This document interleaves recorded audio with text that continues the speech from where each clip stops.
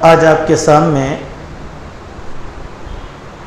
کتاب الوضو کا 68واں باب پڑھا جائے گا، جس کا عنوان ہے باب البول فی الماء الدائم۔ اس بات کا باب کہ کھڑے ہوئے رکے ہوئے پانی میں پیشاب کرنا کیسے ہے۔ پانی دو طریقے کا ہوتا ہے، ایک ندی جو بہتے رہتی ہے، اور ایک رکا ہوا پانی جس میں بارش کا پانی ہے، ایک جگہ جمع ہو گیا، جس کو ہم بعض جگہ بڑا اگر ہو تو ہم اس کو کنٹا کہتے ہیں۔ وہ کنٹے میں یہی پانی جو بارش کا ہے وہ جمع ہوتا ہے، رکا رہتا ہے، بہتا نہیں وہ پانی۔ عمومی طور پر یہ جو پانی ہوتا ہے رکا ہوا، وہ پانی مسافر بھی استعمال کرتے تھے اس زمانے میں، جانور بھی وہ پانی کو پیا کرتے تھے۔ تو اس حیثیت سے ایک مسئلہ یہ بیان کیا گیا کہ رکا ہوا پانی میں پیشاب کرنا کیسا ہے۔ اب یہ مسئلہ اس زمانے کے لیے تو بہت آسان ہے، چونکہ اب نلوں کا زمانہ ہے، پاک صاف پانی ہم پیتے ہیں، اور سفر میں خرید کر ہم پانی پیتے ہیں۔ لیکن قدیم زمانے میں ایسا نہیں تھا، میلوں سینکڑوں میل پانی تلاش کرنا پڑتا تھا۔ جس طریقے سے آج پانی کا تحفظ کیا جاتا ہے، اس زمانے میں تہذیبی طور پر پانی کا اسی طریقے سے تحفظ ہوتا تھا کہ جنگلات وغیرہ میں جب لوگ جاتے تو پانی تلاش کرتے، تو اسی لیے لوگ اس کو خراب نہیں کرتے تھے۔ اب رہی بات، یہاں پیشاب کا مطلب یہ ہے کہ اگر ہم کسی کھڈے کے پاس جمے ہوئے پانی میں پیشاب کرتے رہیں تو سارے لوگ آ کر اس میں پیشاب کریں گے، جگہ بنا لیں گے، جس کی وجہ سے وہ پانی خراب ہو جائے گا۔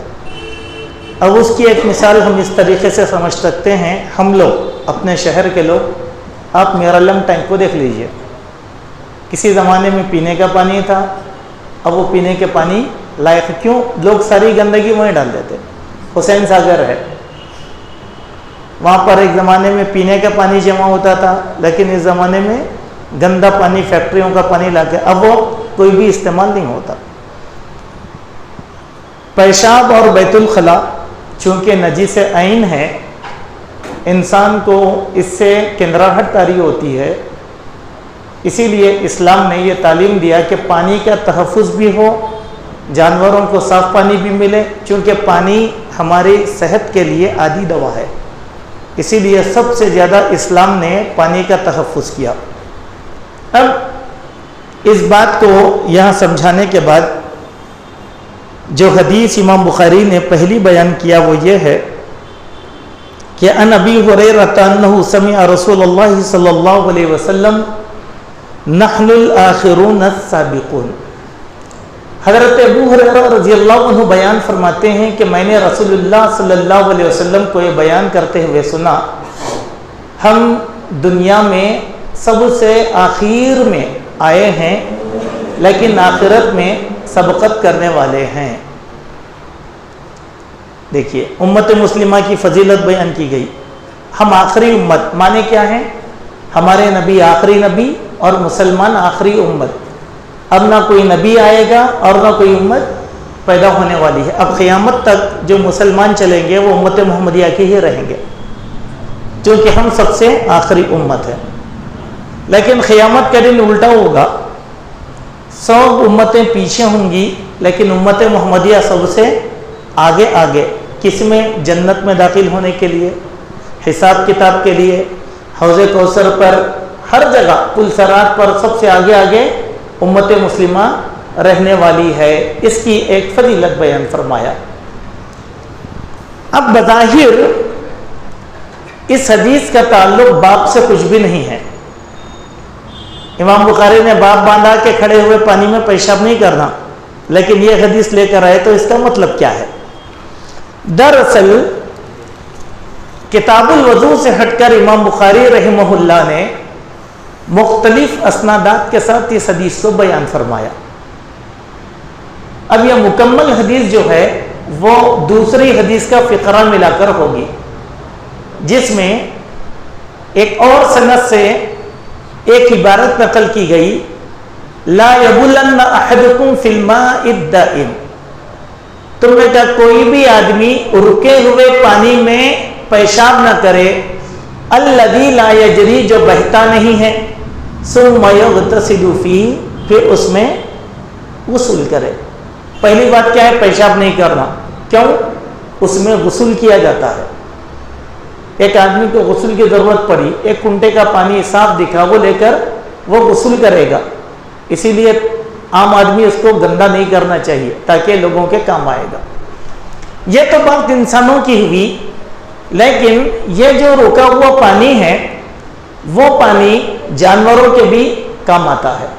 اسی لیے اس پوری حدیث کو اس طریقے سے ہم سمجھنے کی کوشش کریں، ورنہ منکرین حدیث یہ حدیث کے دونوں فقروں کو الگ الگ کر کے امام بخاری پر اعتراض کرتے ہیں کہ دیکھو امام بخاری کی فقہ ہے، باب ایک بنائے اور حدیث ایک لے کر آئے. ویسا نہیں ہے، یہ حدیث 8 سندوں کے ساتھ آئی مختلف مقامات پر، اسی لیے اس کو امام بخاری نے یہاں پر ہمارے سامنے بیان فرمایا. احادیث کی دوسری کتابوں میں بھی یہ حدیث مروی ہے، جیسے مسلم شریف میں حضرت جابر سے یہ روایت ہے، نہا عن البول فی الماء الراکد، وہ فرماتے ہیں کہ اللہ کے نبی نے رکے ہوئے پانی میں پیشاب کرنے سے منع کر دیا ہے. اسی لیے اب یہ حکم قیامت تک رہے گا. ہم مسافر ہیں، ہم سفر کرنے کہیں جا رہے ہیں، استنجا آ گیا تو ہم وہی کنٹے کا پانی لے کر استنجا کر سکتے ہیں، لیکن یہاں کون آتا تو کہ اس میں پیشاب نہیں کرنا چاہیے. کوئی آدمی لا علمی میں اس کو استعمال کر لے گا، جانور پینے کے لیے استعمال کریں گے، بعض بھٹکے ہوئے مسافر صاف سمجھ کر اس کو استعمال کر لیں گے. اسی لیے استنجا کے باب میں پانی کی حفاظت کا مسئلہ یہاں پر آیا. اسی طریقے سے دیکھیں ایک اور حدیث آئی ابو داؤد میں، اس میں یہ بات کہی گئی، لا یغتسل احدکم فی الماء الدائم وہو جنوب، تم میں کا کوئی بھی آدمی رکے ہوئے پانی میں جنابت کی حالت میں غسل نہ کرے. دیکھیے مسئلہ تھوڑا سا بدل گیا اور کچھ سمجھ نہیں آئی بات یہاں پر. کیوں رکے ہوئے پانی میں نہ کرے؟ عام آدمی غسل کرتا ہے، یہ عام آدمی کی بات. جیسے آپ سوئمنگ پول میں چلے گئے، گندے بدن سے تو سوئمنگ پول میں نہیں کودتے ہیں. سوئمنگ پول میں جانے کے بعد ایک حمام ہے، وہاں پہلے جسم پاک کر کے سوئمنگ پول میں کودتے ہیں ہم لوگ. اب 50 آدمی 60 آدمی بھی اگر سوئمنگ پول میں نہائیں گے تو وہ پانی گندا ہوگا کیا؟ نہیں. ایک نجاست ہے غلاظت کی شکل میں، پیشاب اور پیخانے کی شکل میں، ایک جسم کی گندگی ہے جنابت کی شکل میں. جنابت کو بھی نجیس عین کہا گیا، اسی لیے جنابت کے باب میں جو حدیث آتی آگے آئیں گی. آئندہ ہفتہ انشاءاللہ کتاب الوضو مکمل ختم ہوگا، 4 ابواب ہیں. اس کے بعد کے ہفتے سے کتاب الغسل شروع ہوگا، تو وہاں پر بہت سی باتیں سیکھنے کو ملیں گی ہم لوگوں کو. تو جنابت کی حالت میں کوئی بھی آدمی مسجد میں بھی نہیں آ سکتا، کیوں؟ وہ نجیس عین ہے. لیکن پیشاب کی حالت میں آدمی مسجد میں آ سکتا ہے. تو جنابت کی گندگی کو بھی گندگی میں شمار کر کے کہا گیا رکے ہوئے پانی میں کوئی جنوبی آدمی بھی غسل نہ کرے. ٹھیک ہے، یہ بات ہم لوگوں کو، یہ حدیث ہم لوگوں کو سمجھنے میں بہت ذرا مشکل ہوتی، کیونکہ ہم شہر میں رہنے والے ہیں یا ہمارے علاقے بہت زیادہ ترقی یافتہ ہیں. لیکن آپ اگر بنگال وغیرہ کے علاقے میں جائیں گے تو یہ حدیث سمجھنے میں آسانی ہوگی. کیوں؟ وہاں پر ہماری طرح کے حمامات وغیرہ نہیں ہیں اکثر آبادیوں میں غربت کی وجہ سے. وہ لوگ کیا کرتے، ایک کنٹے میں پانی جمع ہے، اسی کنٹے کا پانی لے کر نہا لیتے یا اسی کے کنارے نہا لیتے. تو یہ بات ہم کو وہاں سمجھ میں آتی. اگر جنابت کی حالت میں رہے تو نہیں، کیوں؟ وہ بھی نجیس عین ہے. چلیے اس باب کے بعد ایک باب امام بخاری رحمۃ اللہ علیہ نے بیان فرمایا، باب نمبر 69، باب اذا القی علی ظہر المصلی قدر او جیفۃ او تفسد علیہ صلاتہ لم تفسد علیہ صلاتہ، تم میں کا کوئی آدمی نماز کی حالت میں کھڑا ہوا ہے، اچانک کوئی بھی گندگی اس کے اوپر گر گئی یا کوئی بھی مردار جانور اس کے اوپر، مردار جانور کے کسی حصے کی گندگی اس پر ڈال دی گئی، تو اس سے اس آدمی کی نماز فاسد نہیں ہوگی۔ دیکھیے یہ بات کو ذرا سمجھے، ہم نے کہا ایک آدمی نماز میں کھڑا ہوا ہے، نماز میں کون سی حالت میں آیا؟ وہ پاکی کی حالت میں آیا، استنجا کرا، وضو کرا، نماز میں آ کر کھڑا، لیکن اچانک کیا ہو گیا؟ اس کو کچھ گندگی لگی۔ کیسی گندگی لگی؟ خون، ایک پھنسی تھی اس کے جسم پہ، بیٹھتے وقت پھٹ گئی اور وہ ہاتھ لگانے کی وجہ سے وہ گندگی آ گئی۔ خون گندا ہے نا، ناپاک ہے، تو کیا نماز توڑ دیں گے؟ نہیں، کیونکہ تم پہلی حالت کون سی تھی تمہاری؟ دوسری بات، ایک آدمی نماز میں چھینک دیا، چھینکنے کی وجہ سے اس کے ریٹ کے چھینٹے اگر بازو والے پہ اڑ گئے تو اس سے نماز فاسد نہیں ہوتی۔ تیسرا، آپ مسجد میں نماز کی حالت میں ہیں، ایک آدمی جانور کی گندگی لا کر آپ پر ڈال دیا، مردہ جانور کی، تو آپ کی نماز فاسد۔ تم کون سی حالت میں آئے؟ پاکی کی حالت میں، تو وہ نماز کی حالت میں گرنے کی وجہ سے آپ کی نماز فاسد نہیں ہوتی۔ یہ بات امام بخاری رحمۃ اللہ علیہ نے سمجھایا، اور اس بات کو سمجھانے کے لیے بعض صحابہ کرام کے اقوال کا تذکرہ بھی کیا ہے، چونکہ حدیث سمجھنے کے لیے صحابہ کی سوچ پہلے سمجھنا چاہیے۔ وَكَانَ ابن عمر اذا رأى في صلبه دما وهو يصلي وضعه ومضى في صلاته۔ حضرت عبداللہ ابن عمر رضی اللہ عنہما کا یہ طریقہ تھا کہ جب وہ نماز کی حالت میں ہوتے، کسی بھی قسم کا گندگی اپنے اوپر دیکھتے کپڑے میں، تو کیا کرتے؟ نماز کی حالت ہی میں اس کپڑے کو اوپر سے نکال دیتے تھے، بدل دیتے تھے۔ حضرت ابن عمر کا عمل ہے، وہ اس کپڑے کو نکال دیتے اور اپنی نماز مکمل کرتے تھے۔ کیوں؟ ابن عمر کسی بھی گندگی کو اپنے کپڑے پہ رہنا پسند نہیں کرتے تھے۔ اب دیکھیے باب الگ ہو گیا، حدیث الگ آئے گی، ابن عمر کا عمل ایک الگ ہے، اس پر ہم بات سمجھیں۔ وقال ابن المسیب الشعبی، محدث ابن مسیب سعید ابن المسیب اور امام شعبی نے کہا، اذا صلی وفی ثوبہ دم، اگر کوئی آدمی نماز پڑھ رہا ہو اور اس پر خون ہو، او جنابۃ،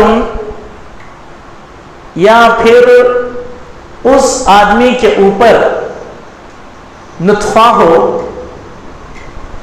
تو وہ کیا کرے گا؟ خون دیکھے یا اس پر نطفہ دیکھے تو ایسی حالت میں وہ نماز پڑھتا رہے گا، وہ نماز پڑھے گا۔ او تیمم فصلی ثم ادرک الماء فی وقتہ لا یعید، وہ نماز پڑھتا رہے گا، ٹھیک ہے۔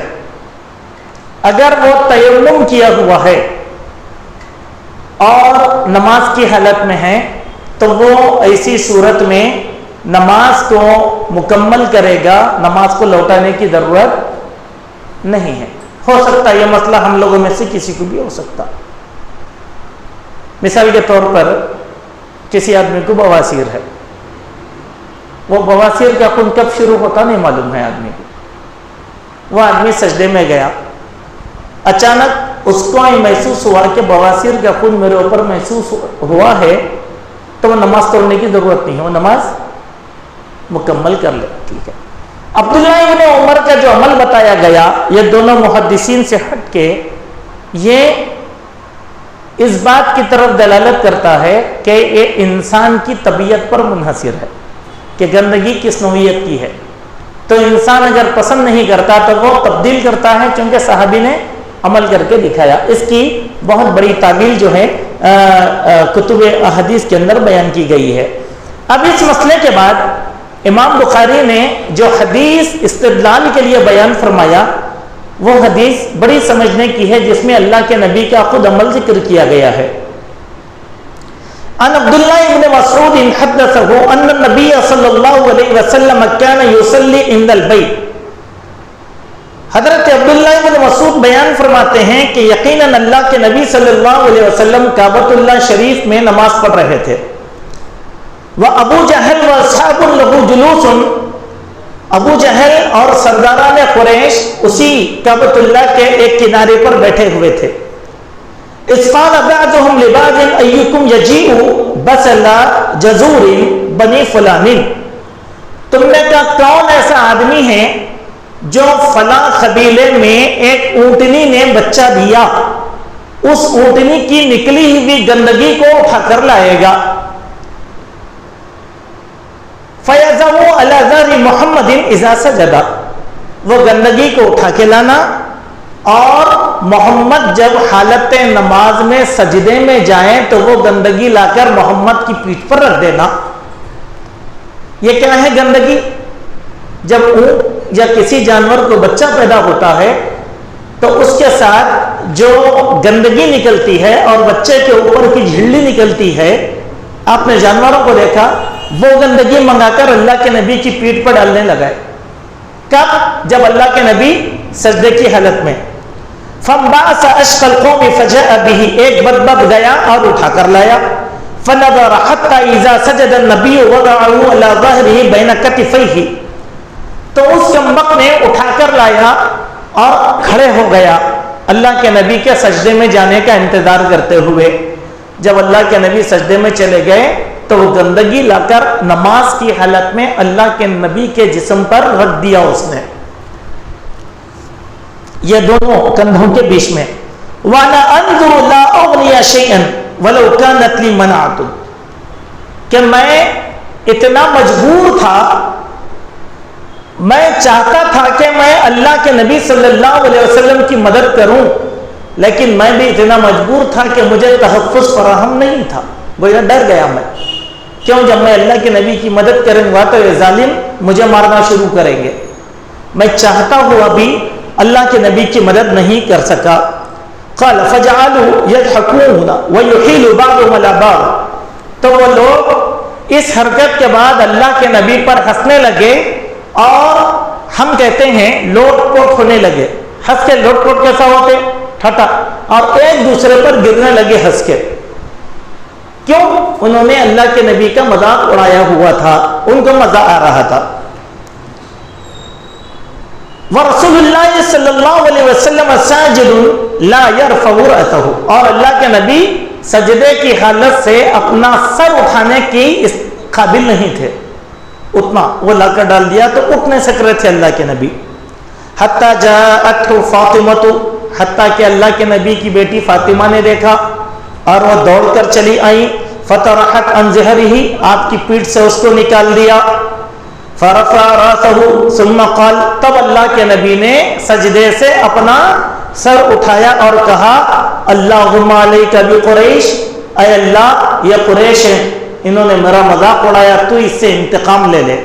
ثلاث مرات، 3 مرتبہ اللہ کے نبی نے بد دعا دیا. فشق علیہم اذا دعا علیہم. تو اللہ کے نبی کی بد دعا سے وہ ہیبت میں آ گئے. قالوا وكانوا يرون ان الدعوة في ذلك البلد مستجابة. کیونکہ ان کافروں کو یقین تھا اس مقام پر، اس شہر مکہ میں دی جانے والی بد دعا کو اللہ رد نہیں کرتا، قبول کر لیتا ہے. وہ لوگ گھبرا گئے. ثم سمى اللهم عليك بأبي جہل. پھر اللہ کے نبی نام لے کر بد دعا کرے، اے اللہ ابو جہل کا معاملہ تیرے حوالے، عتبہ بن ربیعہ کا معاملہ تیرے حوالے، شیبہ بن ربیعہ کا میں تیرے حوالے، ولید بن عتبہ کا تیرے حوالے، امیہ بن خلف کا تیرے حوالے، اور عقبہ بن ابی معیط کو تو دیکھ لے، وَأَدَّ السَّابِيَ فَلَمْ نَحْفَظَهُ، ساتویں آدمی کا بھی نام لیا لیکن راوی کو بھول ہو گئی کہ وہ ساتواں کون تھا۔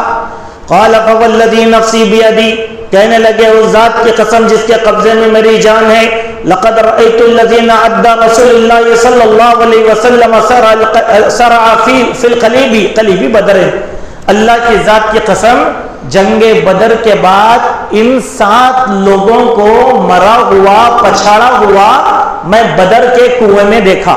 آپ جانتے ہیں بدر میں جو مشرک قتل کیے گئے تھے، اللہ کے نبی نے ایک کنویں کے اندر پوروں کی لاشوں کو بھر دیا تھا، اس میں یہ 7 لوگوں کی بھی لاشیں تھی، چونکہ اللہ تعالیٰ نے اللہ کے نبی کی اس دعا کو قبول کر لیا ان کے حق میں۔ چلیے، اتنے طویل حدیث کے اس ترجمے کے بعد ہم لوگوں کو اس حدیث میں بیان کیا گیا پہلے باب کے تحت مسئلہ سمجھنا ہے۔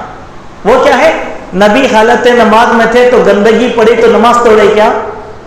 نہیں توڑے، اسی لیے ہم کو بھی توڑنے کی۔ دوسری بات یہ ہے، مسلمان کی سب سے بڑی قوت اور طاقت دعا ہے جس پر کسی کا کنٹرول نہیں، سمجھے؟ اگر آپ کے دشمن کو ہلاک کرنا ہے، تباہ کرنا ہے، اور آپ کے پاس جسم میں توانائی نہیں ہے، طاقت نہیں ہے، تو ہم دعا کا ہتھیار لے سکتے ہیں۔ اللہ کے نبی نے لیا، دیر آیت درست آیت، موقع محل سے اللہ دعا قبول کرے گا، لیکن ہمارا کام کیا ہے؟ دعا کو یقینیت کے ساتھ مانگنا کہ اللہ قبول کرے گا، اور اللہ قبول کرنے والا ہے۔ چلیے، اس کے بعد ایک اور بات امام بخاری رحمہ اللہ نے بیان فرمایا کہ بہت ہمارے یعنی کہ روزانہ کی زندگی سے تعلق رکھنے والا یہ باب ہے۔ دیکھیں، باب البزاق والمقاط ونحوه فی الثوب، کہ دیکھو اپنے کپڑے میں تھوک اور ریت وغیرہ لگ جانا، حالانکہ تھوک بھی ہمارے لیے گندا ہے، ریت بھی، لیکن یہ گندگی پیشاب اور پیخانے کی طرح نہیں ہے۔ ہم نماز کی حالت میں ہیں، اگر کسی آدمی کو ناک آئی تو وہ اپنی چادر سے پوچھ سکتا ہے، کوئی حرج کی بات نہیں۔ چلیے، ایک زمانہ تھا ایسی چیزیں استعمال ہوتی تھی، آج الحمدللہ آج زمانہ ہے ٹیشو پیپر کا۔ اگر میرے جیب میں ٹیشو پیپر ہے اور مجھے ناک آ رہی ہے تو میں ٹیشو لے کر اپنی ناک صاف کر سکتا ہوں۔ ہمارے بہت سے لوگ ہیں جو اس کو ناقص نماز سمجھ کے وہ لوگ بدتمیزیاں نماز میں کرتے رہتے، جیسے چھینک دیے زور سے۔ نہیں، آپ دستی ہے، یہ کپڑا یا رومال ہے، لے کر اس میں اپنی چھینک کو روک سکتے ہیں، اس سے نماز پر کوئی اثر نہیں ہونے والا۔ اس مسئلے کو امام بخاری رحمۃ اللہ علیہ نے اس بات کو پہلے کچھ روات حدیث کے ذریعے سے سمجھایا۔ قال عروة عن المسور ومروان خرج النبي صلی اللہ علیہ وسلم زمن حدیبیہ فذکر الحدیث۔ حضرت عروہ نے ایک روایت حدیث کو بیان فرمایا حضرت مسور سے اور مروان سے کہ اللہ کے نبی صلی اللہ علیہ وسلم حدیبیہ کے وقت نکلے، اور پوری حدیث طویل بیان کر کے کہا، وما تنقم النبی صلی اللہ علیہ وسلم نقامتا الا وقعت فی کف رجل ثم ذلك بها وجهه وجلده۔ تو اللہ کے پیارے نبی صلی اللہ علیہ وسلم نے یہ کیا کہ حدیبیہ کے موقع پر آپ نے اپنا تھوک دیا تو وہ تھوک کیا ہوا، ایک صحابی کے وہ تھوک کے چھینٹے ایک صحابی کے جسم پر لگے، تو وہ صحابی نے کیا کیا، اس کو تبرک سمجھ کر اپنے کپڑوں پہ لگا لیا۔ اس سے کیا بتانا چاہے، تھوک نجیس عین یا نجیس مطلق نہیں ہے، اسی لیے وہ صحابی کیا کرے، اپنے کپڑوں پہ اللہ کے نبی کا تھوک لگا لیے تھے۔ تو کیا اس کی وجہ سے ناپاکی ہوئی، وضو ٹوٹا؟ نہیں، اگر ہم میں سے بھی کسی آدمی کو اگر ہو گیا تو کوئی حرج کی بات نہیں ہے۔ اب اس کے بعد ایک حدیث بیان فرمایا کہ ان انس قال بلغ النبی صلی اللہ علیہ وسلم فی ثوبہ، کہ اللہ کے پیارے نبی صلی اللہ علیہ وسلم نے اپنے کپڑے میں تھوک لیا۔ اسی لیے آپ دیکھیں گے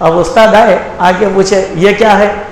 تو بولے یہ شوربے کا پانی ہے. بولے دال کا پانی ہے, دال کے اوپر کا. بولے یہاں کیوں لائے؟ تو بولے کل آپ جو مسئلہ پڑھائے تھے نا شوربے سے جائز ہے, بلکہ وہ سمجھ میں نہیں آیا, آپ کر کے بتاؤ وضو. آپ کر کے بتاؤ وضو سمجھ میں آتا. تو اتنا اکبگولا ہو گئے, ہم لوگوں کو بہت سرزنش کرے وہ لوگ. بولنے کی کیا بات ہے, یہ مسئلہ تھا تو فقہ کی کتاب میں آیا, اگر نہیں رہتا تو کوئی عقل مند قبول ہے. اسی لیے یہاں ایک بات امام بخاری نے اس بات سے سمجھایا, وضو کے لیے دو ہی صورتیں ہیں. نمبر ایک پانی, اگر پانی نہیں ہے تو تیمم مٹی, یہ پتلا شیروا لو, نبیز لو, وغیرہ لو, یہ لو یہ لو, یہ نہیں ہے. معلوم کیا ہوا اس سے بیان کرنے کا مقصد, اگر کوئی جاہل اور کوئی نادان ایسی حرکت کرتا ہے تو وہ اس سے وضو نہیں ہوتا. اسی لیے حضرت عائشہ کی حدیث امام بخاری نے استدلال کے لیے پیش کیا, ان عائشہ عن النبی صلی اللہ علیہ وسلم قال کل شراب اسکر فهو حرام, ہر وہ پی جانے والی چیز جس میں نشہ ہو وہ حرام ہے. پینے کے لیے بھی حرام. دیکھیے یہ حدیث اوپن ہے, اوپن. اور نشے کا حکم کیا ہے, چاہے اس کی مقدار تھوڑی ہو چاہے اس کی مقدار زیادہ ہو. ٹھیک ہے, ہمارے نوجوان سافٹ ڈرنک پینے کے بہت عادی ہے. اب کوئی بھی ڈرنک پیو مگر پہلے انگریڈینٹ پڑھ لو, اگر اس میں نشہ چاہے تھوڑا بھی ہو یا بڑا ہو تو اس کا پینا حرام ہے. لیکن نشہ ملایا جاتا, اور ہم اگر پیپسی تھمس اپ کو اس میں لا محالہ نشہ ملایا جاتا, اس پہ تحقیقات ہے, لیکن ہمارے لوگ پیتے نہیں پیتے اس کے اوپر. اچھا ٹھیک ہے, نشہ رہنے کی ایک صفت کیا ہے معلوم آپ کو, آپ کا شوق پینے میں بڑھ جانا. اب یہ پانی ہے, ایک گلاس پیے بعد دوسرا ضرورت ہوئی تو پیتے, نہیں تو پیتے کیا. لیکن کولڈ ڈرنک آپ پیتے ہی جا رہے, ایک پیے, دو پیے, تین پیے. اس کا مطلب کیا, آپ کو نشے کی عادت پڑ رہی ہے, اس میں نشہ لذت. اچھا ٹھیک ہے, ایک اور مثال, ہم حیدرآبادی ہے, ایرانی چائے پینے کی عادی ہے, لیکن آج ایرانی چائے کا نام ہے, ایرانی چائے کہیں بھی نہیں ہے. آپ کو معلوم ہے ایرانی چائے کی خصوصیت کیا تھی, اس میں نشہ ملایا جاتا تھا. خشخش کے بونڈے اس میں ملاتے تھے, اسی لیے آپ ایک آدمی کو 3 چائے پلا لو, انہیں پی لیتا تھا, نہیں پی لیتا تھا. اب سامنے کی ہوٹل کی ایک چائے پیے بعد آدھی پیے بعد بس بولتے ہیں. لیکن وہ معلوم کیا ہوا, اشتیاق کسی چیز کے پینے کا آپ میں بڑھ رہا ہے تو ذرا اس کی تحقیق کر لو کہیں اس میں نشہ ہے یا نہیں. حضرت عائشہ کہتی ہیں ہر وہ چیز جو پینے کے قابل ہے, ہر وہ شربت جو پیا جاتا ہے, اگر اس میں تھوڑا یا زیادہ نشہ ہے تو وہ کیا ہے, حرام ہے. اسی لیے ایک اللہ سبحانہ و تعالیٰ کی آیت کریمہ کو بھی محدثین نے پیش کیا, فَلَمْ تَجِدُوا مَاءً فَتَيَمَّمُوا صَعِيدًا طَيِّبًا, اگر پانی نہ ملے تو پاک مٹی سے تیمم کر لو, یہ تمہارے لیے کافی. اب اس مسئلے میں ایک بات سمجھو, پانی ہے, پانی تھا گھر میں, لیکن بچہ لے جا کے دودھ کی بوتل ڈال دیا. دودھ تو پاک ہے نا, کیا ناپاک ہے, پاک ہے. اب پھر وہ پانی تو میں استعمال کر سکتا ہوں نا وضو کے لیے,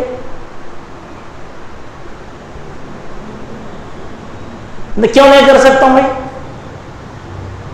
اس سے پہلے حدیث آئی تھی, بولو بولو بولو,